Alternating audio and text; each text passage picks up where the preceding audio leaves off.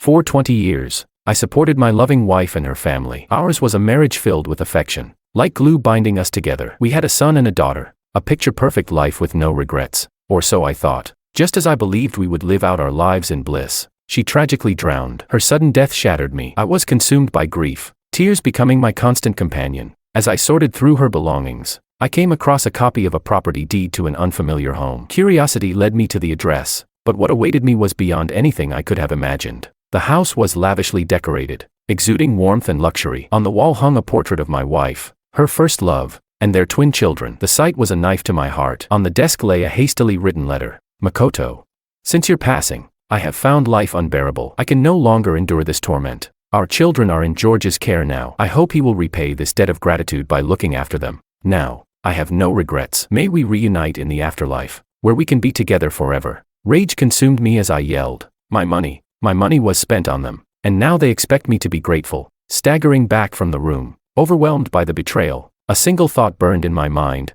I wanted to dig up her grave and demand answers. But the fury surging through me took its toll. I blacked out and collapsed. Upon opening my eyes again, I found myself back in the 10th year of our marriage. Chapter 1. The police informed me they had found my wife Willow's body in the West Mountain Reservoir. I was at work, burning the midnight oil, frantically revising project details for a demanding client. Over 40 years old and plagued by health issues, yet still working past 10 p.m. like an old ox yoked to a plow. The call hit me like a storm cloud. At first, I thought it was a scam. Stop wasting my time. Scam calls can rot in hell, I barked. But the voice on the other end remained calm. The officer recited his badge number and explained that night fishermen had discovered a woman's body. They found an ID card on her identifying her as my wife. He urged me to come immediately to assist with the investigation. Skepticism gripped me even as I hung up. I dialed Willow's number repeatedly on the drive to the reservoir, but her phone was off the entire time. 40 minutes later, I arrived at the location the officer described. The night was pitch black,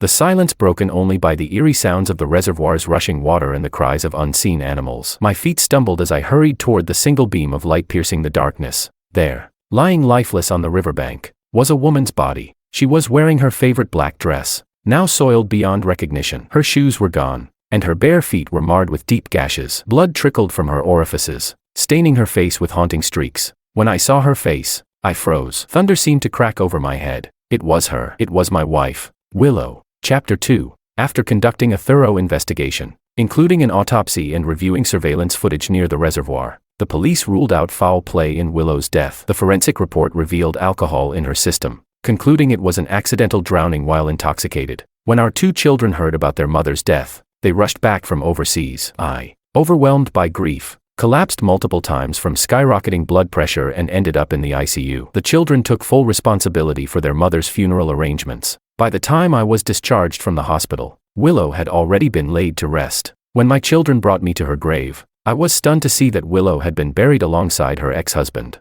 Makoto. They had divorced more than 20 years ago. I turned to look at my children in disbelief. My daughter, Anna, spoke calmly. This was my mother's wish. She pulled a document from her bag and handed it to me. This is her will. The lawyer gave it to us when my brother and I returned home. You should take a look. Trembling, I took the document. It was true. Willow had requested to be buried with Makoto in her will. Anna continued. The last page outlines the distribution of assets. All the insurance payouts go to my brother and me. As for her personal properties, which she bought before marrying you, they are also designated to us. She hesitated before adding, about the house. Mom left your 50% share to you, but the other half needs to be compensated to us at market value. Alternatively, you can sell the house and split the proceeds equally with us. David, who had been silent, finally looked at me with a mixture of guilt and hesitation. Dad, Anna and I have obtained our green cards. Once everything is settled, we won't be returning to this country. Please take care of yourself. I stared at the two children I had raised for 20 years, my throat tightening painfully. My voice was hoarse,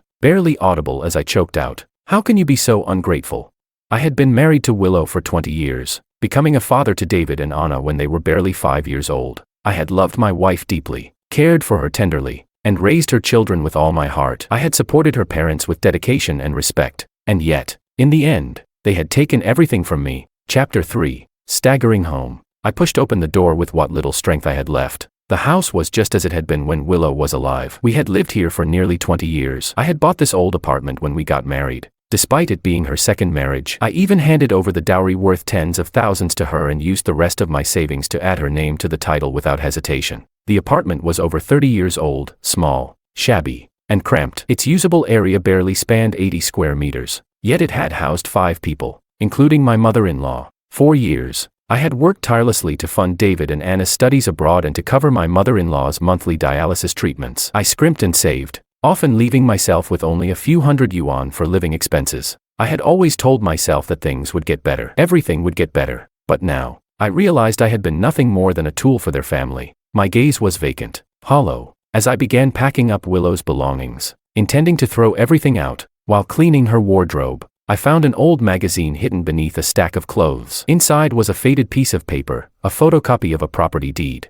The owner was listed as Willow. Following the address, I hired a locksmith, who verified my ID before opening the door to the apartment. When I stepped inside, I was utterly dumbfounded. This was clearly Willow and Makoto's love nest. The walls were adorned with photos of them and their twin children. The interior was lavishly decorated, cozy, sweet, and brimming with luxury. Expensive furniture, plush carpets, and a glittering crystal chandelier filled the space. It was worlds apart from the dilapidated, cramped home we had shared. Barely able to move, I made my way to the master bedroom. The room was enormous, with a walk-in closet, a dressing table, a king-sized bed, and a wide, sunlit bay window. The closet was neatly organized with clothes that looked undeniably expensive. Next door was a study. The sight of the study pierced through my heart. The walls were a chronicle of their family's happiness, photos from the twins' elementary school years to their university days, taken in scenic spots across the globe. I stood there, paralyzed, as though struck by lightning. I suddenly recalled Willow telling me how her financial management skills had kept our household afloat. I had even thanked her for it, but it was my money. All my money. They had taken everything to fund their luxurious lifestyle, leaving me with mere scraps,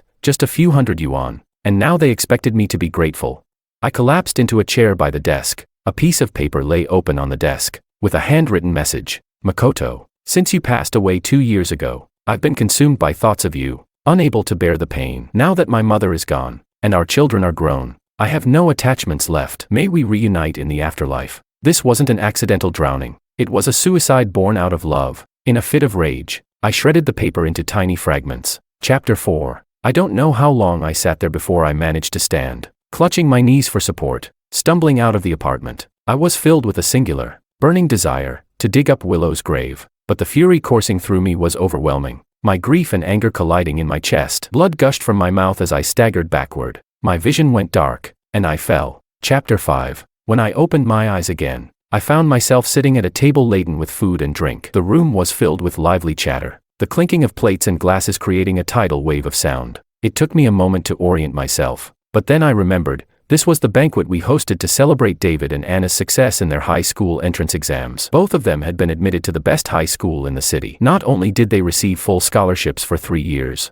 but each of them was also awarded a 6,000 yuan scholarship. At this moment, Willow and I were leading the children around, offering toasts to our friends and family. Everyone praised Willow, calling her a model mother and a university professor who had raised such outstanding children. Sitting beside my mother-in-law, Makoto wore a smug smile as he looked at Willow and the children, exuding an air of pride as if their accomplishments reflected on him. I drained my glass in one gulp. The bitter chill of the alcohol sliding down my throat was enough to remind me this was not a dream. Still dazed, a mocking voice suddenly cut through the noise. George, you're really lucky. A cripple like you managed to marry our campus belle. Willow, what a steal. And you even got 2 great kids for free. Truly enviable. I turned to see who had spoken. It was Luis, a university senior 2 years ahead of Willow. He now taught at the same university as her, also in the philosophy department. His voice was loud enough for everyone to hear. Makoto raised an eyebrow and smirked, clearly enjoying the show. Luis clicked his tongue and added, how did you get so lucky? I heard that 10 years ago, even after paying an exorbitant dowry, no one was willing to marry you. Who could have guessed that our dear Willow would stoop so low? So many men were after her, yet she chose you. What a tragedy. I looked at his twisted expression, finding it both amusing and pathetic. It was no secret that Luis had harbored feelings for Willow for years, only for his close friend Makoto to beat him to the punch. By the time he learned of their relationship, Willow was already 2 months pregnant. Their friendship ended there and then. Later, Luis married someone else in heartbreak, only for Makoto to abruptly divorce Willow and abandon her with their 2 children to move abroad. Chapter 6. Luis had never truly let go of his resentment over not marrying Willow. As a result, he often targeted me, using every opportunity to poke at my old wounds. In the past, I had always felt inferior and would meekly endure his jabs, swallowing my pride. These same words had been said to me in my previous life, and back then, I had held my tongue. After all, this was a celebratory banquet for my children. Their teachers and classmates were present, as well as some of Willow's colleagues. I hadn't wanted to cause a scene or give others a reason to laugh at me, but now, none of that mattered. I slammed my chopsticks onto the table with a loud crack and roared, "Lucky. Damn right, I'm lucky. Jealous, are you? Why don't I hand her over to you? You've been pining after her for over a decade, haven't you? Maybe then you can stop acting like a clown in front of me every few days." Luis's face turned ashen. He darted a panicked glance toward his wife. He stammered, "George, what nonsense are you spouting?" I sneered, "Nonsense. Those disgusting messages you sent to Willow, the way you drool over her every time you see her. Do you think no one notices? And calling me a cripple over and over to humiliate me, does that make you feel big? Let me warn you, if you dare call me that again, I'll make sure you spend the rest of your life in a wheelchair." Yes, my leg was broken in a fight, and yet, even so, it was Willow who insisted on marrying me. And you, the goddess you worshipped, didn't even want you after her divorce, even with 2 kids in tow. So what are you showing off for? Everyone's eyes turned to me. Luis's wife stared at him with humiliation and fury. Willow hurried over and tugged at my sleeve, frowning in displeasure. "What's wrong with you? Do you have to bring this up in front of everyone on such an important day?" I yanked my arm free and replied coldly, "Bring it up. Did I start this? Hasn't he been provoking me every single time? Are you blind?" Luis's wife bit her lip and approached him. The next moment, smack, she slapped him hard across the face, leaving him stunned. Without another word, she turned and stormed out of the banquet hall. The previously noisy room fell silent. Luis, his face burning red from the slap, forced an awkward smile and stammered, "I'm terribly sorry. There's a family matter I need to take care of. We'll be leaving now. I'll visit another day to apologize." With that, he fled in disgrace. Chapter 7. The banquet hall was steeped in an awkward silence. The people around me looked at me with a mix of astonishment and unease. Makoto, who had been sitting back and enjoying the spectacle, rose from his seat. He walked over to stand beside Willow, a polite smile on his face, though his eyes gleamed with provocation and scorn. In a measured, courteous tone, he said, "George, while no one is judging you for your past, there's no need to flaunt it in front of everyone, is there? After all, you're now the backbone of this family, Willow's husband and the father of 2 children. Bringing these things up doesn't just demean you. It embarrasses Willow and makes it hard for the kids to face their peers in the future." I followed Makoto's gaze to David and Anna, standing not far away. David's fists were clenched tightly, his eyes bloodshot, while Anna's eyes brimmed with tears, glaring at me with hatred and disgust, remembering how they had coldly waved Willow's will at me in the cemetery, pressing me to sell the house and split the proceeds with them. I let out a bitter laugh. Their real father isn't dead. What right do I have to call myself their dad? When he's dead, maybe then we can talk. Makoto stammered. "You, how can you say something like that?" he faltered, turning to Willow with a frown. A flicker of resentment crossed Willow's eyes as she grabbed my sleeve again, pulling me back and whispering sharply, "George, what's wrong with you? Everyone's watching. Do you really want people to look down on us?" Chapter 8. I turned to face her, the woman before me, and waves of overwhelming hatred surged in my chest. Sensing the tension, one of the guests quickly stepped in to smooth things over. "Professor Liu, come on, we need your advice on raising kids. My son keeps failing his exams. How do you usually communicate with your children?" Gradually, the noise returned to the banquet hall, the awkward atmosphere dispersing. I sank back into my chair, my gaze cold as I surveyed the scene before me. My chest felt tight with anger. Pouring myself another drink, I downed it in one go. I knew the wisest choice now would be to divorce Willow, leave this parasitic family behind, and start over. But after being deceived for an entire lifetime, how could I simply walk away and let go of this hatred? Chapter 9. The banquet eventually came to an end, the guests dispersing. Only Willow, her mother, Makoto, and the twins remained in the hall with me. My mother-in-law's grating voice broke the silence. She sneered, "George, you may not care about saving face, but we do. What's with your pity show? Are you desperate for everyone to know you're a cripple? Do you think your past is something to be proud of? Getting into a fight at school and ending up with a broken leg, how disgraceful. Serves you right. Why didn't they hit someone else? Have you ever reflected on that? Even if you were a millionaire, no one in our family would have taken you seriously. You're nothing but a useless cripple. You're not worthy of our Willow." Willow cut in, "Mom, can you stop? George is a victim here. Why do you have to say such things?" I looked at my mother-in-law, robust and full of energy. At this point in time, she hadn't yet been diagnosed with chronic kidney failure. Naturally, she didn't need to rely on me to take her to weekly dialysis appointments, prepare her meals according to strict dietary guidelines, or cater to her every need. In my previous life, after her diagnosis, Willow conveniently developed a phobia of hospitals and left me to care for her mother for nearly 8 years. Rain or shine, every Saturday, I would drive her to the hospital for treatment. She passed away peacefully just 2 months before Willow's suicide. Thinking of Willow's farewell letter, where she wrote of fulfilling her filial duty, I couldn't help but laugh bitterly. What duty? It was all on me. I let out a cold laugh and said, if I weren't a cripple, do you think I would have even looked at Willow?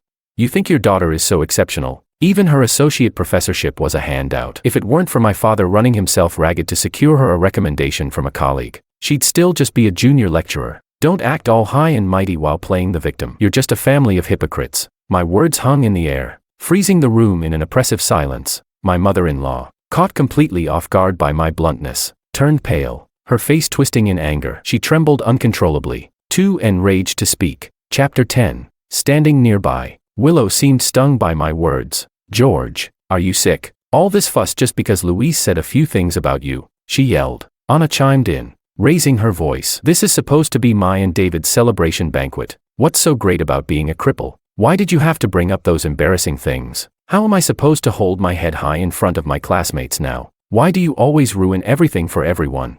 I took a deep breath, suppressing the fury that threatened to boil over. Turning to Willow, I said, you're right. I am sick. Do you have a cure? Let me say this one more time. If I hear him call me a cripple again, I'll make sure he spends the rest of his life in a wheelchair. Then I shifted my gaze to Anna. And who are you to me? Whether you can hold your head high in front of your classmates has nothing to do with me. You're short, ugly, and have flared nostrils. Honestly, letting you take my last name was humiliating for me. Who can I complain to about that?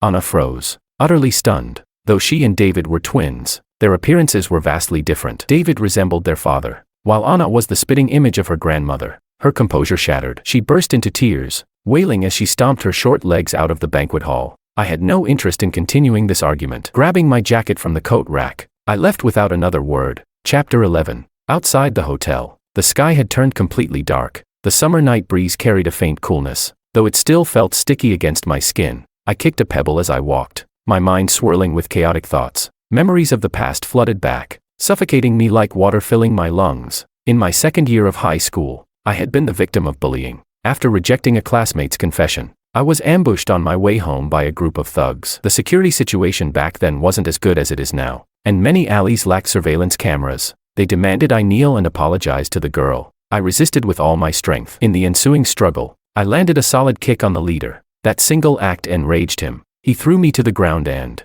cursing, swung a steel rod down on me with brutal force. When he was done, he dumped me like garbage by a trash bin. My parents searched for me all night. By the time I was found and taken to the hospital, it was too late. The injuries left me permanently disabled. When the doctor broke the news, my mother fainted on the spot. My father's hair turned white almost overnight. Though the leader of the gang was sentenced to 10 years in prison, the damage he caused was irreversible. I spent 3 months attached to a urinary catheter and underwent a full year of psychological therapy before I could even begin to function again. From that point on, I became withdrawn, self-loathing, and unworthy in my own eyes. I refused to date, convinced I didn't deserve anyone's love. Then I met Willow. She was like a beacon of light piercing the darkness of my life. I thought she was my salvation, the guiding star that would steer me out of despair. So I poured everything into our marriage. I endured her mother's harshness and the resentment of her children, fueled by their grandmother and biological father. I worked hard to maintain peace, despite their constant antagonism. I cherished the marriage,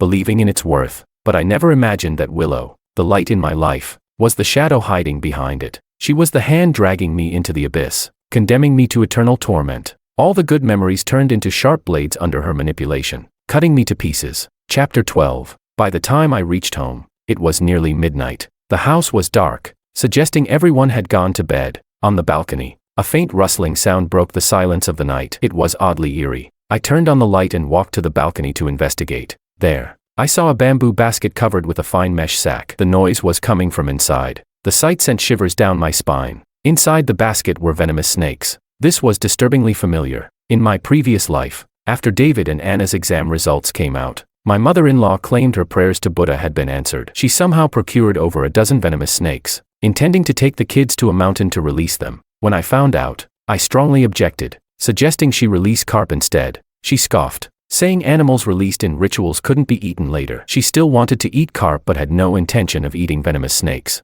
Seeing I couldn't reason with her, I took matters into my own hands. Early one morning, while she was out walking in the park, I took the snakes to a wildlife rescue center. The staff there were horrified when they opened the bag. It was full of highly venomous banded krites. As these snakes are a nationally protected species, they immediately called the police. I endured a long hour of criticism and had to sign a written guarantee that I wouldn't engage in illegal wildlife trading before being allowed to leave. My mother-in-law was furious, accusing me of ruining her spiritual progress. I turned away from the balcony and went back to my room. This time, I had no intention of interfering. Chapter 13. Early the next morning, my mother-in-law returned home with breakfast in hand and loudly instructed Willow, "Go wake David and Anna for breakfast. I need to take them to the mountain for the release ceremony afterward." Willow pursed her lips and said, "Mom, can't you stop involving the kids in these superstitious rituals?" My mother-in-law shot her a glare and retorted, "What do you know? If I hadn't prayed to Buddha back then, do you think the kids would have done so well on their exams? Or that George could make any money? It's all thanks to Buddha's blessings." Willow frowned slightly but, seeing she couldn't argue, reluctantly went to knock on David and Anna's doors. After the kids finished washing up and sat down at the dining table, my mother-in-law distributed breakfast to everyone, except me. I didn't mind. I went back to my room, grabbed the IDs, marriage certificate, and household registration I had prepared, and slammed the door on my way out. I hailed a cab straight to the real estate registry office. As expected, a 230 square meter property was listed under Willow's name. The registration date, 3 years ago, which coincided with the year Makoto returned to the country. The property's mortgage had been paid off just 2 months ago. I requested the staff to stamp the inquiry document for me. Chapter 14. Shortly after finishing a meeting, my office phone rang. I pressed the speaker button. David's panicked voice came through, crying, "Dad, please come quickly. Grandma got bitten by a venomous snake while doing the release ceremony. She passed out from the pain, and I can't carry her. We're on the South Hill, halfway up. You know the spot, it's where we picnicked last time, near that huge boulder. Mom's phone isn't working. Dad, I'm scared. The snakes are everywhere. Get away from me. Don't come near." His terrified scream sent chills down my spine. He continued, "Dad, can you hear me? Please hurry." I instinctively picked up my mobile phone, ready to dial 120 for emergency services. But just as I was about to press the call button, my hand froze midair. I slowly put the phone back down. Surely the Buddha my mother-in-law prayed to would protect her and her grandchildren, wouldn't it? I spoke into the receiver. "David, I'm out of town. You should try calling your mom or dial 120 for help." There was a brief silence on the other end before he said, "Dad, I'm calling you on your office landline." I was momentarily speechless. "Recovering," I said. "What I mean is, I'm just about to leave for a trip. The cab is already waiting downstairs. I can't help you right now. Good luck." With that, I hung up and turned off my phone. Chapter 15. My mother-in-law was bitten multiple times by banded krites, and David was bitten twice on his left calf. Anna, who was dealing with menstrual cramps that day, had stayed behind and narrowly avoided the disaster. Since the incident occurred in the middle of the mountain, it took over 3 hours after their initial call for emergency services to locate them. The krite venom, being highly toxic, had devastating effects. My mother-in-law had already fallen unconscious, and David was exhibiting symptoms like blurred vision and slurred speech by the time help arrived. Both their lives were saved after extensive emergency treatment. However, my mother-in-law's condition was dire. She had been bitten in multiple places, with deep wounds that caused severe necrosis and gangrene. The doctors warned this was only the beginning. Her muscle tissues in the affected areas were likely to completely deteriorate, making it nearly impossible for her to walk again. As for David, his legs showed signs of numbness and weakness. Even more troubling, the doctor explained that krite venom affects the nervous system, potentially causing memory loss, difficulty concentrating, sleep disturbances, and irreversible damage to multiple organs. For a student about to start high school, the prognosis was devastating. I showed up at the hospital 3 days after the incident. Having claimed I was out of town, I had to keep up the act. The moment Willow saw me, she nearly screamed, her voice shrill enough to make my ears ring. "Where have you been these past few days? Why couldn't I reach you? David was bitten by a snake and called you, but you didn't rush to help. If you had brought the rescue team sooner and they'd gotten the antivenom in time, their condition wouldn't be this bad. I can't count on you for anything." I glanced at the 2 patients lying in their hospital beds. One was semi-conscious, while the other stared blankly at the ceiling. I sighed and said, "I was sent out of town for an emergency assignment. My phone was stolen as soon as I arrived. How was I supposed to know something had happened at home?" Then I countered, "Wait a minute. I told David to contact you right away. Didn't you go to help them? What kind of mother are you?" Willow froze, the hysteria fading from her voice. I pressed on, feigning disappointment and anger. "One of them is your own mother. The other is your son. How could you be so cold-blooded? And now you have the nerve to blame me. What exactly were you doing that was more important than saving your mother and son? A flicker of guilt crossed her face, and her tone softened. I didn't mean to blame you. It's just, you disappeared for 3 days, and I was so worried. I was just too upset. Since you're here now, could you stay and help take care of Mom and David? I need to go home and take a shower. I rejected her outright. No, I've got a mountain of work to deal with back at the office. Hire a nurse to take care of them. Willow bit her lip, clearly displeased, but in the end, she nodded. Chapter 16. David was discharged from the hospital before my mother-in-law, but he seemed to develop post-traumatic stress disorder. He often woke up screaming from nightmares and avoided areas with dense greenery. Even the rustling sound of leaves in the wind made him cover his ears and scream in terror. Looking at David like this, I felt a complicated mix of emotions. Once, I had truly cared for him and Anna as if they were my own children. But now, if anyone were to blame, it would be his grandmother's Buddha for failing to protect him. By mid-July, registration for the new high school term began. However, David's current state made it impossible for him to attend. I went to the school and filed for his leave of absence,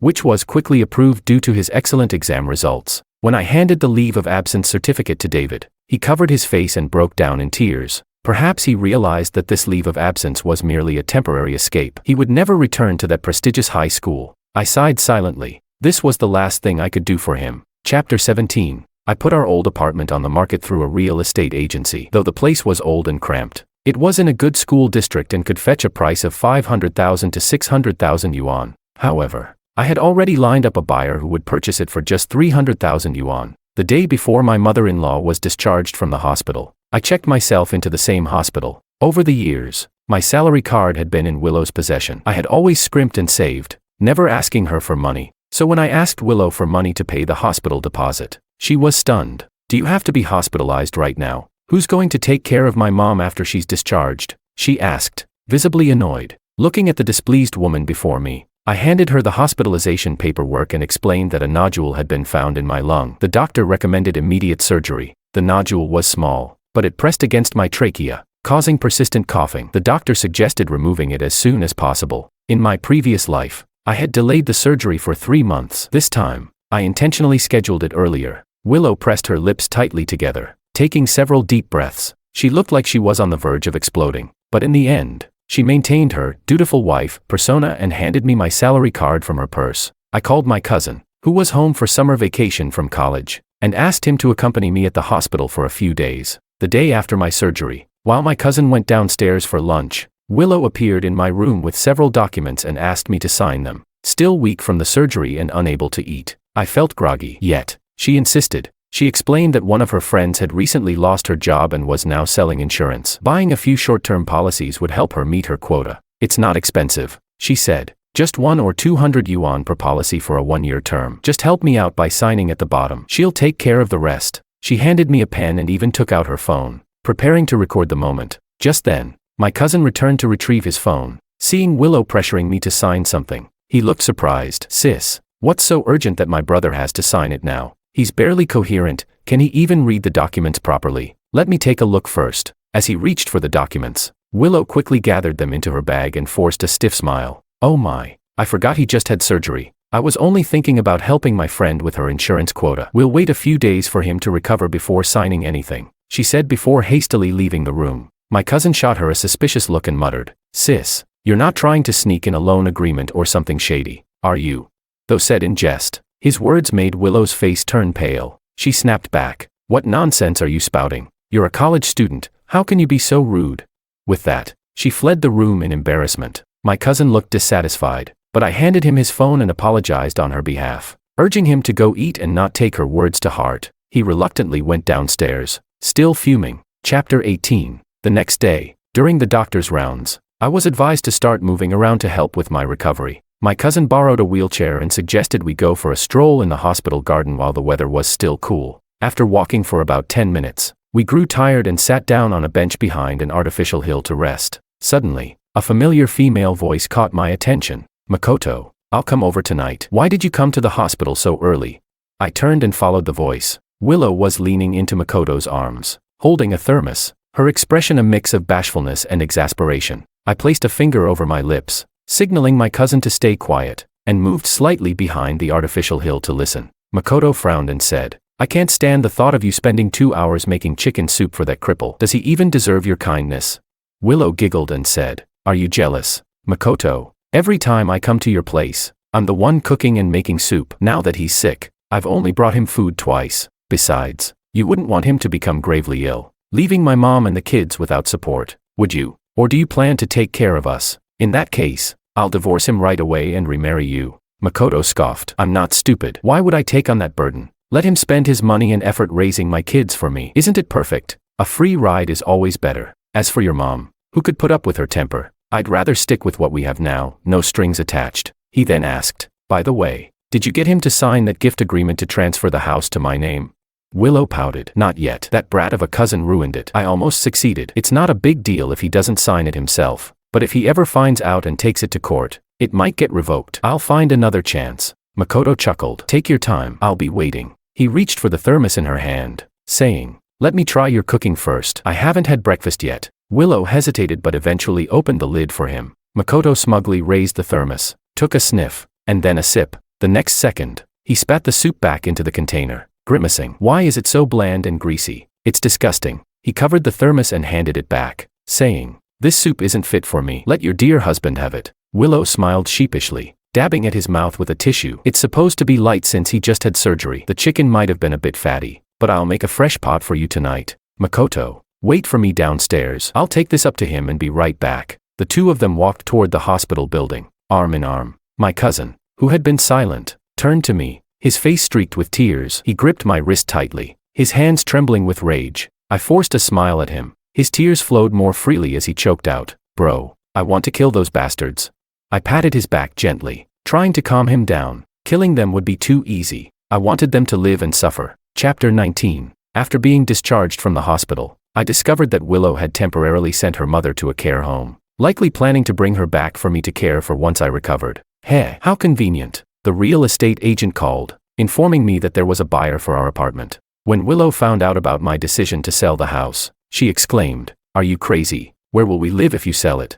I smiled and replied, "I'm planning to get a bigger place. This apartment is too cramped for a family." She frowned. "We don't have the money for that kind of upgrade right now. With my mom's condition and David's physical therapy, money is tight everywhere." "Sure, this apartment is old, but its location is convenient. It's close to the hospital, and we don't even need a car to get there." Looking at her meaningfully, I said, "I don't have much money myself, but don't you? You've been managing my salary for years, haven't you? And all our expenses came from my paycheck. What about your earnings after you became an associate professor? Don't tell me you don't have any money." Willow's expression faltered slightly, and she stammered, "I do, but most of my money is tied up in investments. I can't withdraw it immediately." Seeing her bring up investments, I pressed further. "Well then, since you've invested our shared funds, I'll need to review the details. After all, this is marital property. I just want to verify the amounts you've invested and ensure they align with your income over the years." Of course, she wasn't going to let me check. Those funds had gone into purchasing the house, and even if there were investments, she never intended to share them with me. No problem. I made a quick call to my lawyer, asking him to come over and notarize an agreement. I requested that Willow confirm, under oath, that all investments under her name as of today were considered marital property. She hesitated, her face flushing as she bit her lip. "George, what are you implying? Do you suspect me of something?" I shook my head with a smile. "If these investments were made with our money, then they're marital property. This is just a formality. Unless, of course, you're hiding something from me."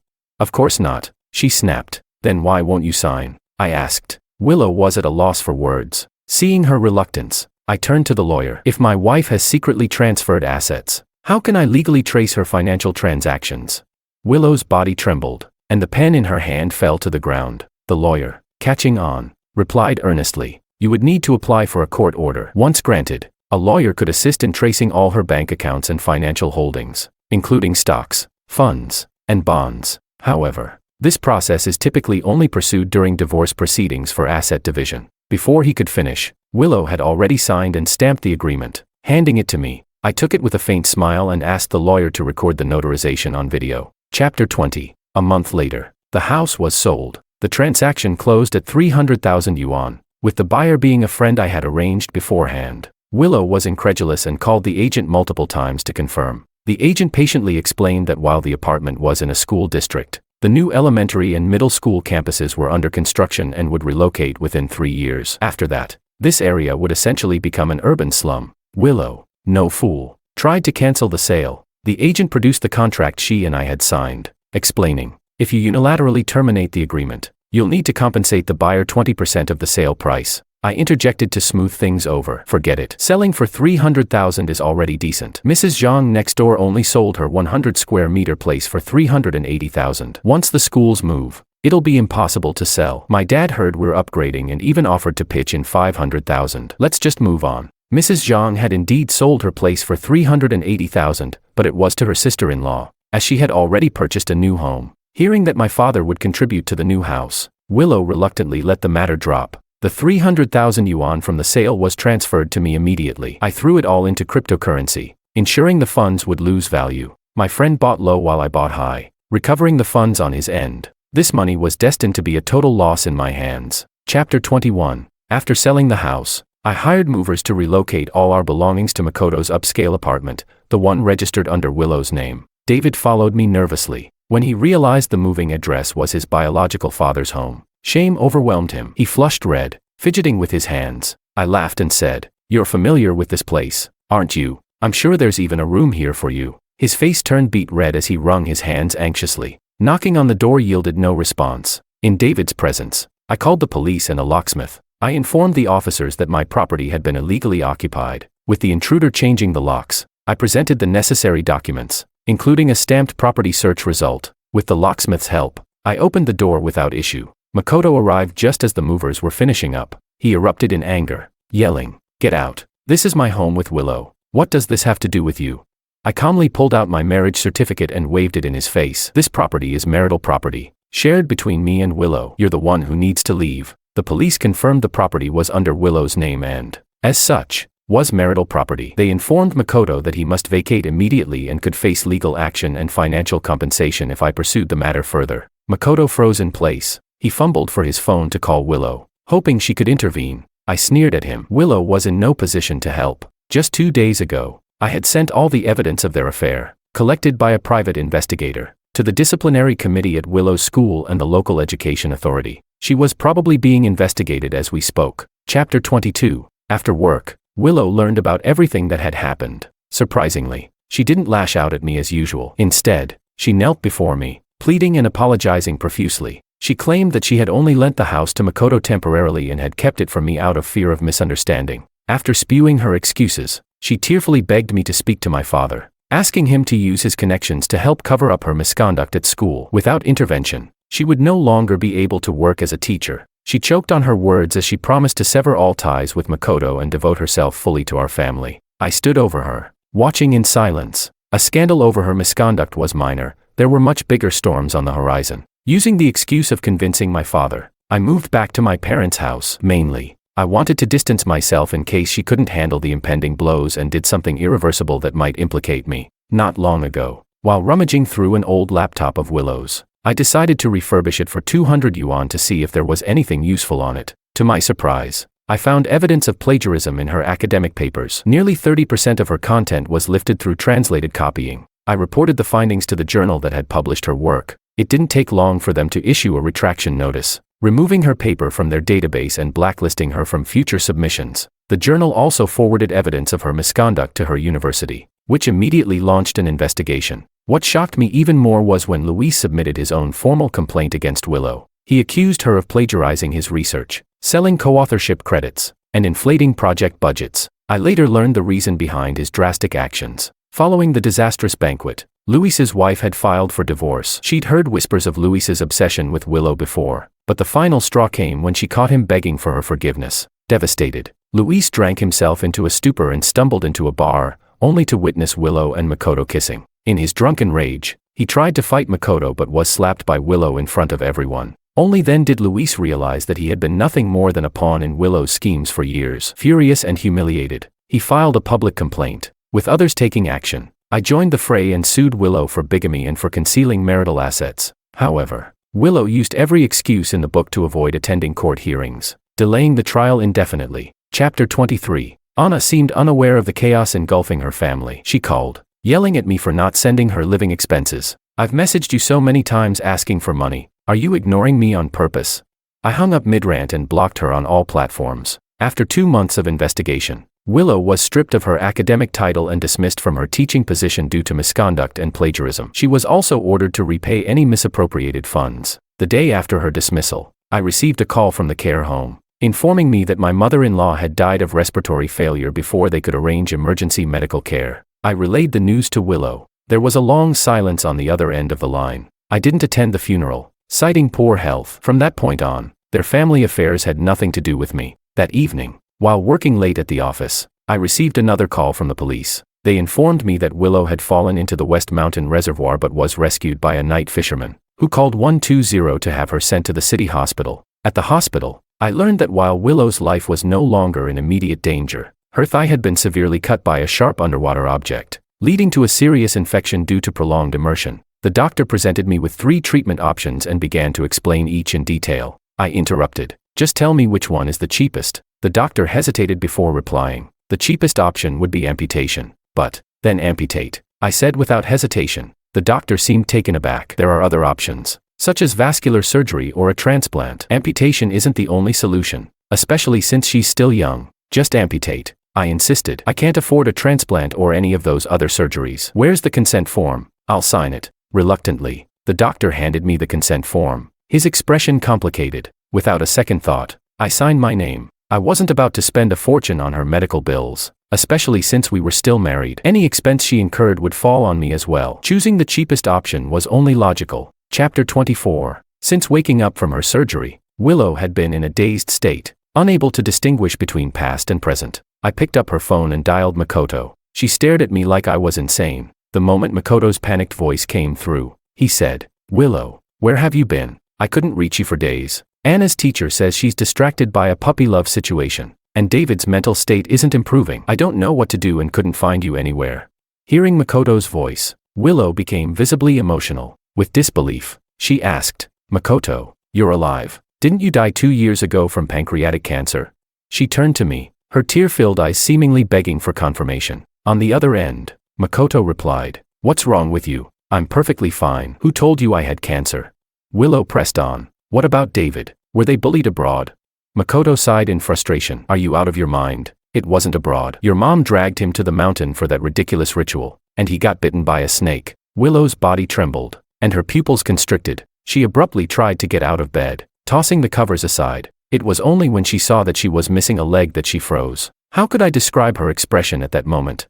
For words, a masterpiece of despair. She stared at her severed leg for what felt like an eternity, her body collapsing back onto the bed as if all strength had left her. Minutes later, the hospital room was filled with Willow's heart-wrenching cries. Chapter 25. Despite numerous court summonses for the divorce proceedings, Willow refused to appear. Thankfully, the evidence I provided was sufficient for the court to proceed in her absence. As the party at fault, she was awarded 30% of the marital property. Custody of the children was naturally granted to her. Additionally, Makoto was ordered to return all assets Willow had secretly transferred to him. After the division, I kept the house and the car, while the rest went to Willow. Finally free from that toxic family, my life became lighter and more relaxed. I quit my job, bought a camper van, and decided to travel while I was still young. I began recording my journey and uploading the videos online. Unexpectedly, the content gained a large following and eventually started earning me an income. I decided to become a full-time travel vlogger. The next time I heard about Willow was 2 years later.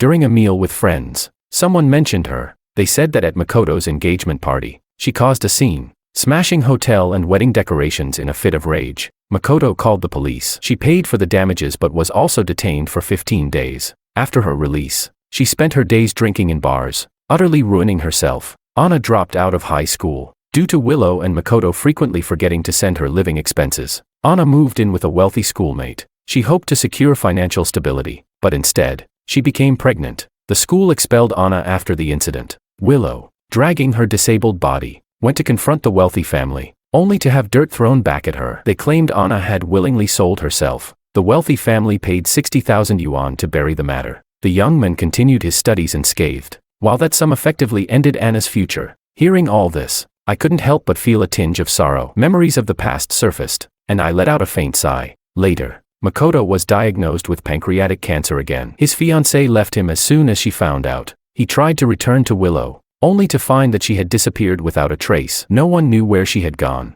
Chapter 26. Time flew by, and 2 more years passed. I no longer traveled as often, instead using the time to buy a villa with a small yard while property prices were still reasonable. I adopted a cat and a dog and filled the garden with flowers and plants. One evening after dinner, I took the dog for a walk in a nearby park. Behind me, a trembling voice called out, "Dad." I turned around to see David. He walked with a slight limp, wearing a blue-gray work uniform with the name of a machinery factory embroidered on the chest. His eyes were red, and his face was full of emotion. I froze for a moment before smiling and gently correcting him. "I'm not your dad anymore. You can call me Uncle." He shuddered, and tears began streaming down his face. The dog strained against its leash, eager to run ahead. Smiling faintly, I said to David, "It probably wants to play up ahead. You're welcome to visit me at home if you have time." Turning away, I continued walking, but my vision grew blurry. In my mind's eye, I saw two small children from years ago, a shy little girl and a boy with wide, curious eyes.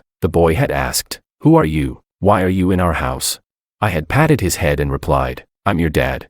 The children's eyes had lit up with excitement as they hugged me and shouted, "We have a dad now. I'm going to tell everyone in kindergarten that I have a dad too." But how had it all come to this?